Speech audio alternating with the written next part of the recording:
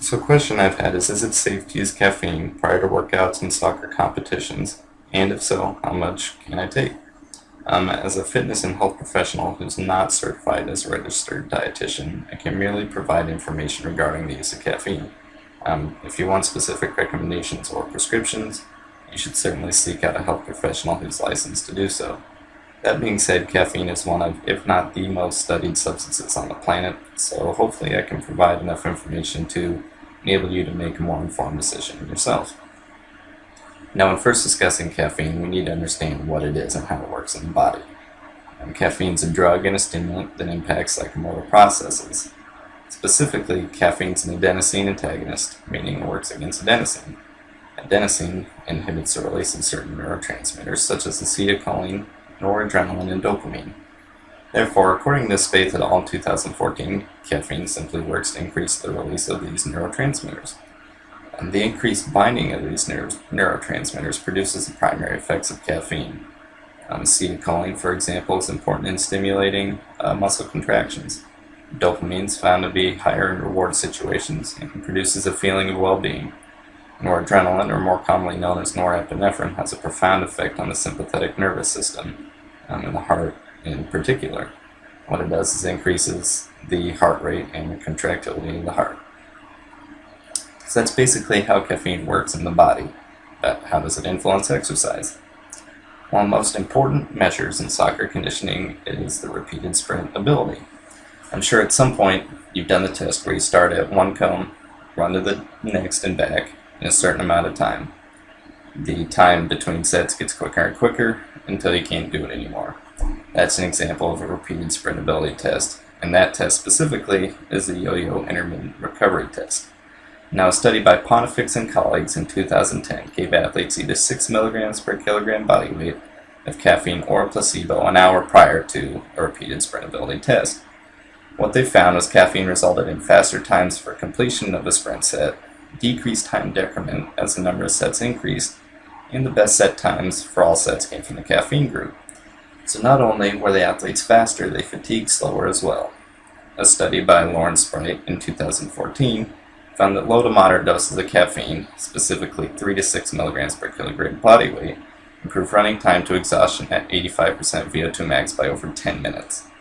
Interestingly, 9 milligrams per kilogram body weight was not as effective, but still more effective than no caffeine at all. Previous studies concerned primarily aerobic exercise, but caffeine also impacts resistance exercise as well.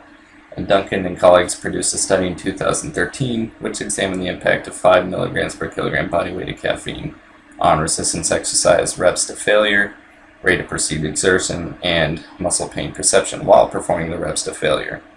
Interestingly, the caffeine group performed almost 2 more reps before failure compared to the placebo, and reported lower RPE and muscle pain scores as well. So not only did caffeine improve performance, but it also decreased RPE and muscle pain perception. Now, some individuals reported feeling more focused when consuming caffeine, which increases their productivity and performance. If there's anything that appears to be limited with caffeine research, it appears to be how it influences an individual's ability to focus. There are studies which are attempting to use it as a method for Alzheimer's and ADHD treatments, but nothing really for the quote-unquote normal individual or athlete. Long-term effects of high caffeine also seem to be lacking. So how much caffeine can be consumed? Well, it depends. Something that stuck out to me while doing the research into caffeine intake and exercise was just how much caffeine many people consume. Consider an 8-ounce cup of coffee contains about 90 to 100 milligrams of caffeine.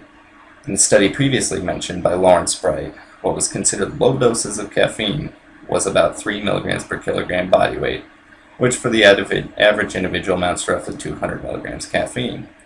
The same study considered moderate to high doses of caffeine to include 5 to 13 milligrams per kilogram body weight. So for a 70 kilogram person, that's about 154 pounds, it's upwards of 900 milligrams of caffeine.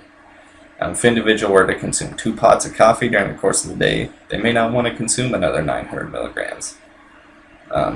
It's purely speculation. There's really not research into it.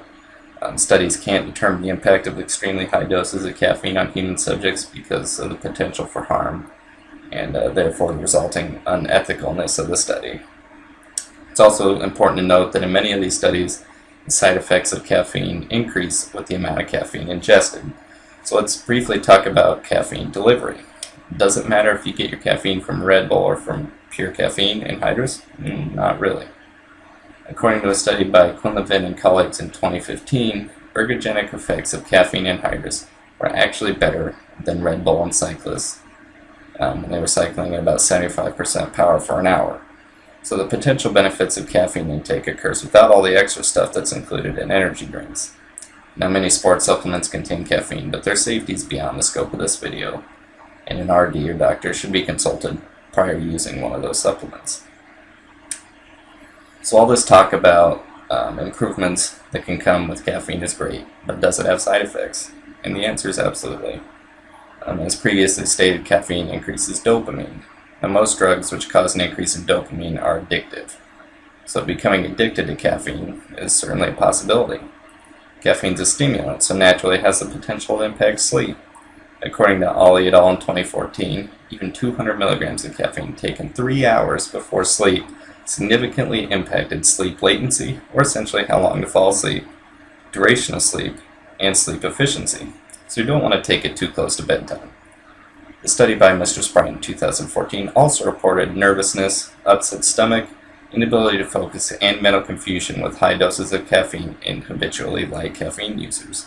This isn't to say that caffeine absolutely results in these symptoms, as individual experiences vary. However, there is certainly the possibility one or more of these symptoms may occur. Now, as far as recommendations go, I'm not going to suggest a specific intake. What I would recommend, however, is if you plan on consuming caffeine prior to physical activity, I would start with a small amount to see how you respond and go from there. Some people are just more sensitive to its effect than others. If you've never drank alcohol, for example, that first beer may have a bit more of an effect on you than a chronic alcoholic. In my opinion, an athlete absolutely doesn't need to consume caffeine to be at the top of their game. Our workouts can still be as intense as you make them. So as a take-home message, I would say caffeine has been proven in numerous studies to be effective in increasing sport performance in a variety of settings, but studies also show as caffeine intake increases, so does the presence of its side effects. So you can take that as you want.